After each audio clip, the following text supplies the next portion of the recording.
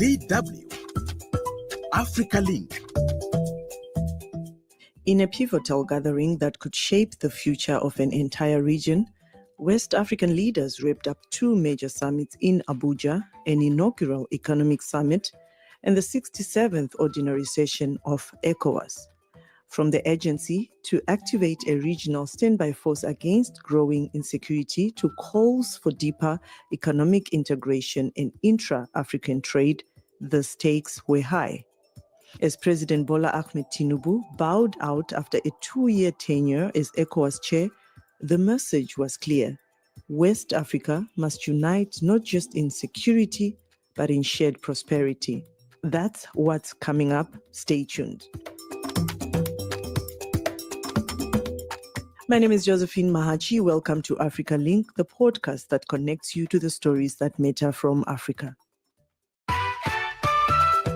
Africa Link, every weekday here on DW. Leaders of the West African bloc, ECOWAS, have concluded two major meetings in Abuja, the inaugural economic summit and the 67th ordinary session. They acknowledged that the region is in a state of emergency, grappling with rising unrest and political instability. While the activation of the ECOWAS standby force dominated security discussions, leaders also focused on boosting intra-regional trade and tackling transitional crimes like human trafficking, drug smuggling, and arms proliferation.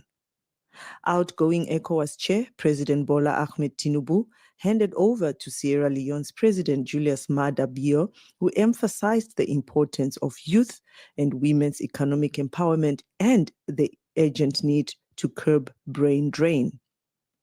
The leaders also spoke about ending sexual assault against women, hunger, and human trafficking, especially of young women and girls. Now, joining me for this discussion to unpack these issues are Grace Yohanna, manager of the Salama Sexual Assault Referral Center in Kafchan, Kaduna State, and DW correspondent Ben Adam Shemang. But I'll start with you, Grace. Just as I mentioned that the ECOWAS summit just ended and the leadership says they want to fight transnational crimes, and one which youths are mostly victims. What is the prevalent level of human trafficking in Nigeria and generally in West African countries? Thank you so much. Human trafficking, we know, is a form of modern-day slavery where individuals are exploited and forced into labor, sex work, or other forms of bondage against their will.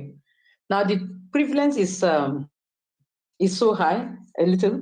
Let's say in Africa, 75% of dictated trafficking victims were children. From the reports we know, human trafficking is significant, is issue in Nigeria, and the prevalence anyway is high. Let's leave it at 75% as the report has it. So from the discussion that happened yesterday, I'm sure you were following, do you foresee the group, we're talking of ECOWAS, improving, rather let's use the word improving in this fight because a lot has been happening, especially the past few months or rather few years in terms of these fights. Do you foresee ECOWAS improving their stance on this? I foresee it improving by God's grace. It's very possible that they may have to take the fight more seriously. However, sustained commitment and tangible actions will be very crucial in making it meaningful or making very meaningful impact in our societies or in our communities. It's very possible. I foresee it happening. Right. Now, Ben, coming to you, two summits in one place there in Abuja, you were so busy. I'm sure juggling around these summits. Tell us more about it. What happened? Throw more light. We have, for the first time, they call it the inaugural West African Economic Summit. You realize that the economic community of West African states, they've always been meeting, but to now give meaning to the economic aspect and the fact that there has to be trade across the states to ensure that there is Ghana can trade with Nigeria, Nigeria can trade with Benin, Benin can trade with Togo, so that we leave this aspect of carrying always our raw materials to Europe or America or some other places. First of all, we trade with us. So they felt that they should have that internal kind of summit, economic summit, which they call West African Economic Summit. And thereafter, it followed with the usual summits they do since the ECOWAS was established about 50 years ago. Every year they meet twice. That of this weekend was the 67th in its series. They just looked as usual, problems confronting the region, security, human trafficking, the lack of employment and all that stuff. Now, tell us more about some of the promises that were made at these summits, Ben. I know that it was also emphasized that there are law integration programs among the nations. Can you just also take us through that and other promises that were made at the summit? Yes, you see, for a very long time, there has been this yearning, and they even started what they call West African gas pipeline. It will start from the river state in Nigeria. It goes through Benin, enters Togo, Ghana, down to even some North African countries. So they said it has been in the doldrums. They want to wake it up.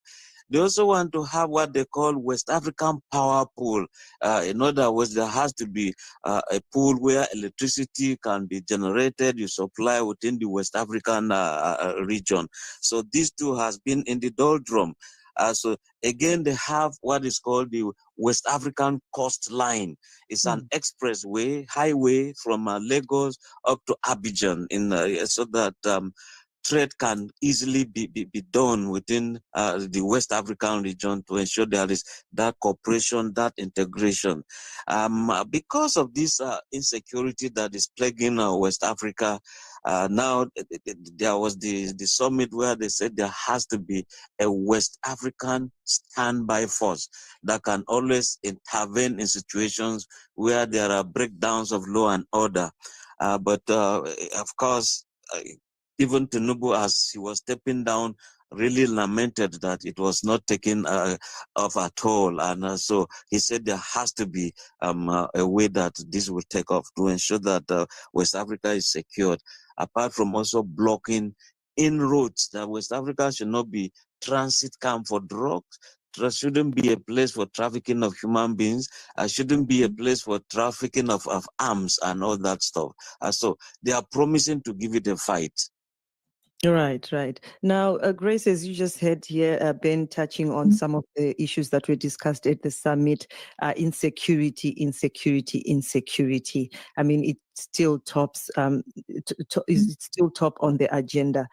What are the very reasons that cause human trafficking? Human trafficking, we have so many factors you could say, including poverty, lack of education and awareness, weak law and enforcement, sometimes corruption and cultural or social norms are some of these things that cause human trafficking. And sometimes crisis or conflicts are some of these reasons. Now, these factors interconnect and aggravate one another, making it a challenging issue in combating human trafficking. So there are some of these factors that bring about human trafficking. And in your own opinion, Grace, do you think that these leaders will now take the fight against human trafficking seriously? I know I asked about every other promise that was made at the summit, but the new chairman of the regional body, President Julius Maada Bio of Sierra Leone, also mentioned and talked about these crimes, which he really emphasized on human trafficking, drugs and arms. And also that youths are actually the ones that are affected more, and women. Do you think they will now take it seriously, or where do you think needs improvement? I'm very sure they'll take it seriously once everybody is committed and we put in sustainability into it, strengthening all system, putting all system and strengthening the system. It's very possible to fight it, because these youths are leaders of tomorrow, and using them, involving them into all this, involving all stakeholders and being committed, having political will, having all that it takes, involving the necessary stakeholders, including non-governmental organizations. I'm very sure the leaders can fight it. Of course, the leaders cannot do it alone. We need everybody's hand on deck to be able to fight this, so that we bring it to near zero level. It's very possible. Right. Right. But President Bola Tinubu has been the chairman and as a Nigerian president as well. Where do you think he could have improved, or what needs to be improved as President Biya of Sierra Leone takes over? We just need to continue with the strengthening of the system. Everybody have to put hand on deck. It takes everybody to make it work. So it's not a one-man show. It's everybody's responsibility. So we expect that everybody will work together with even the new president so that we meet our targets. Mm. And Ben, just to get back to you as well on this issue of transnational crimes being problems in ECOWAS countries, you've done a lot of reports, even as President Bola Tinubu was the chairman. Now ECOWAS has a new chairman. You have also reported so much about these crimes in the past. Just to find out from you as well, where you think the president could have improved so that the new chairman can take over, and how is this fight against these crimes then and now? Identify the fact that human trafficking is in two forms. We have the internal, it's done internally in every country. And from there, it moves from one country to another. In Nigeria, it's very, very prevalent that some people go to villages, deceive the poor, the uneducated, and they carry their children to cities with the hope of giving them good employments. It doesn't turn out to be so in most cases. Some are turned into sex workers. Some are just doing some domestic work that are inhuman. Then some are taken across the boundaries. Some go to Niger, some are in Senegal, some are in Mali. And from the reports we are hearing from, let's say, the National Agency for the Prohibition in Trafficking Persons in Nigeria, in fact, there are some Nigerians being detained, some almost in servitude in Niger, in Mali, and Nigerian authorities have always gone there to bring them back. But the number is so large, so huge that when these people come back, they said there are still quite a lot of them on their way to Libya. And because of the crisis that Niger has, Mali has, Burkina Faso has, these are transit routes. Now, they're saying that they are no members of ECOWAS any longer. So in terms of a diplomatic relationship, to even go there has to be all sorts of problems. So we expected that Tinubu would have kind of found a way of ensuring that the kind of anti-human trafficking agency that Nigeria has, Ghana should have, Benin should have, they now work in tandem so that once there is any child that is affected in Ghana, Nigeria should see that it's a Nigerian child that is affected. The Beninois authorities should see that it is their own child that is affected in Burkina Faso. If they give it a collective fight, like Grace is saying, I think we'll come out of it. So I think that Tinubu ought to have done more in terms of doing that. But whether Julius Maada Bio of Sierra Leone as the new chairman will take up from there is another thing we'll have to wait and see. We all have to wait and see, but it looks like the attention from his speech, talking of Julius Maada Bio of Sierra Leone, was more on the youths and women. His speech was more on that, and obviously that must have been a better deal going by his speech during the summit. Ben, what was the atmosphere like as he gave that speech, and especially focusing on women and youth? Honestly, you could see that the women were just applauding that, bearing in mind that they're always bearing the brunt when things go bizarre. if you are talking of war, usually the men will just walk away and you don't find them. But a woman will always remember her baby and go back home. Where is my baby? You see one woman carrying 2-3 babies to escape from crisis that are engulfing West Africa now. So yes, for the youth, you can see that they constitute about 65% of the population of West Africa, putting them together. In other words, they are the voting population, they are the future leaders, they are the ones that must be depended upon. So that is why Julius Maada Bio is saying that they have to now be the focal point in terms of policies. They have to be included.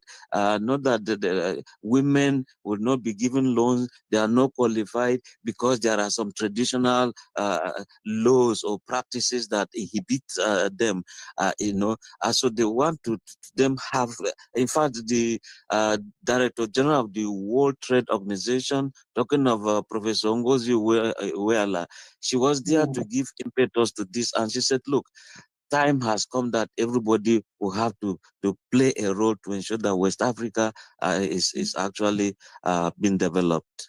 Right. Now, Grace, I saw you definitely want to add something there when I spoke about the women and the youth, and Ben says that they actually bear the whole brand. But you can also comment on that if you want to add something. But you're also the manager of Salama Sexual Assault Referral Center. What has been the role of the center in the fight against human trafficking and gender-based violence? Okay, thank you so much. Actually, the center was opened because of sexual and gender-based violence, in particular rape and other forms of sexual and gender-based violence. We have 50 of these centers in Nigeria across 24 states, and Kaduna State happened to have 4 centers so that it will be able to service our survivors of these types of violence. Now, we do a lot of comprehensive support services for our survivors. That has to do with medical intervention, has to do with psychosocial counseling, has to do with optional legal intervention, optional for the adults, but for children, we ensure justice for them too, and every other one. Now, the Sexual Assault Referral Center offers free services for survivors, which is a kudos even to the state government. Among all these 50 states, we have some that are private, but for state government, the state government has taken it upon itself to say this is a free service for our survivors so that they don't feel so bad when they come because of the bitter experience they have passed through. So services are free in our centers, very comprehensive. We have the medical doctor, we have the nurses, we have the lawyers that helps in attending to our clients where we need to go to the court. We have counselors, center counselors, and then we do a lot of psychosocial support too. Just to mention but a few. To crown it all, we do referrals, a lot of referrals. We do not work alone. We work with other stakeholders in our communities. We work with stakeholders. And with that synergy, it's helping us to get responses for our clients or for our survivors. Right. And speaking of psychosocial, Grace, what has been the stories rescued victims of human trafficking have been telling you? Even from your voice, the way you were asking me, I was feeling it within me because we've recorded a lot of such trafficking, and with their bitter experience, oh my God, it's so traumatic. Thank God for psychosocial support, and thank God for the centers. I kept wondering, without these centers, what would have been the situation of some of these people? Now, we had, let me just give you 2 or 3 scenarios where one of them said she was trafficked from the far north and was to be taken to the east for a job, only for her to find herself in one of the countries, to be precise, in Burkina Faso. And she came back with pregnancy and never come back to her real town and went to one of the northern states again. And she stood there until she gave birth. When she came back home, and the people at home said, we don't know you, we don't want to accept you, we will have to know the father of this child. And a good Samaritan saw her hanging around and brought her to the center. So we engaged her into conversation, and I said, okay, can you tell us your story? She narrated what I'm just saying. And I said, can you remember precisely who is the father of this baby? She said, but I told you, so many men slept with me. Oh, and I don't know who actually is the father of this baby. I cannot tell it. They slept with me, they collected the money, the woman collected the money, she seized our phone, we cannot communicate. But one of the ladies went to commit abortion, she couldn't make it, and I was scared of committing that abortion. That's her story. And she said, let her find her way out. Somehow she found her way to one of the northern states and she came back. And the moment she gave back, the child was 3 days. She came down to her community. And there she found herself in that predicament. They brought her to the center. Yes, we got a temporary shelter for her, intervened. The child was healthy. She was healthy. Everything was fine. And then we have to refer to the next level. We have a strong or robust referral system where we have such cases at a level, we refer to the next level. So we refer to the Ministry of Human Services and Social Development, and they continued from there. She has bounced back to life and she's doing very, very well. Now we have a child that came and he ran away from a camp. They took him and they took him to the farm somewhere walking. He said, no school, no mosque, no church, and nothing to do. And he has no really relationship with people. And he found his way the first time he ran away. Now he was a product of broken home, of gender-based violence, husband and wife. The father went his way, the mother went her way. And because dowry was not paid, the mother packed them and brought them to the father's side, in one of the northern side, and they took him there.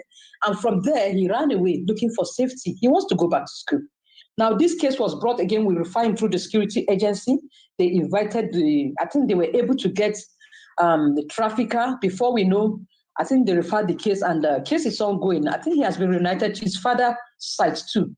Now, this among so many other of such trafficking, then the sex one, we still have 3 students, 3 children that were dropped out of school. A neighbor did that, they only found themselves in Burkina Faso.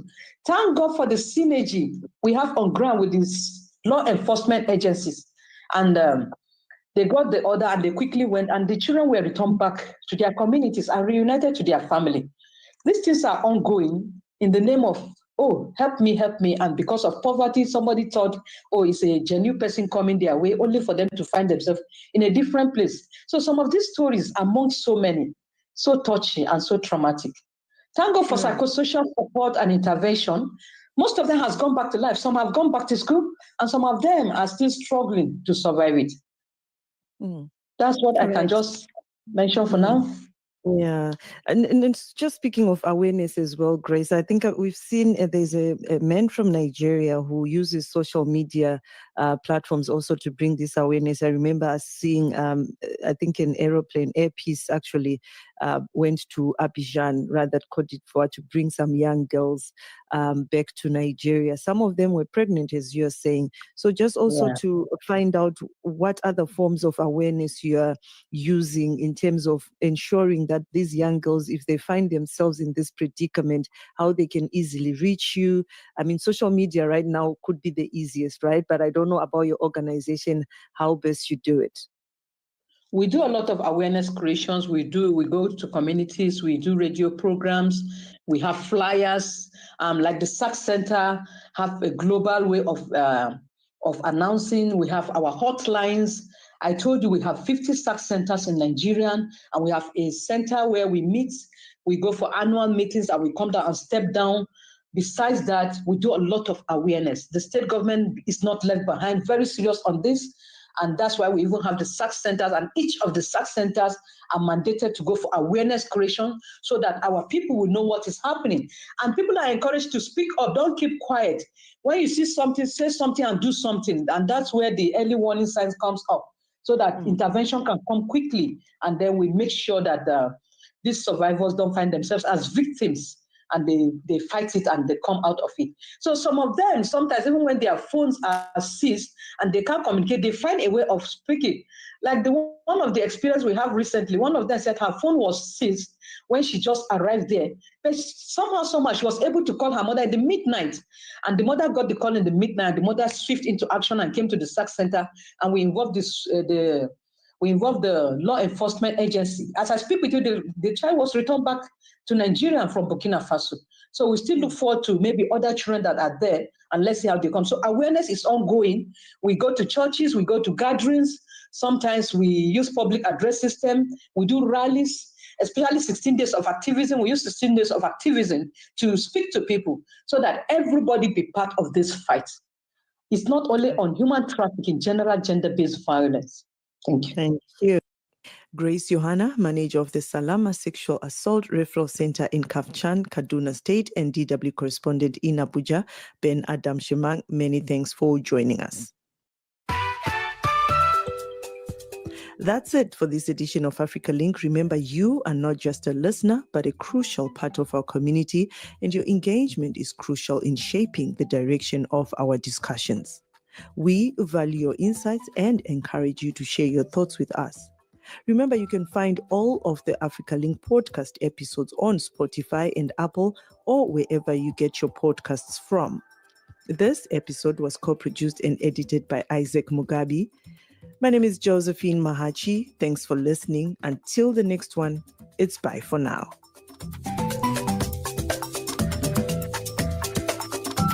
DW. Made for Mind.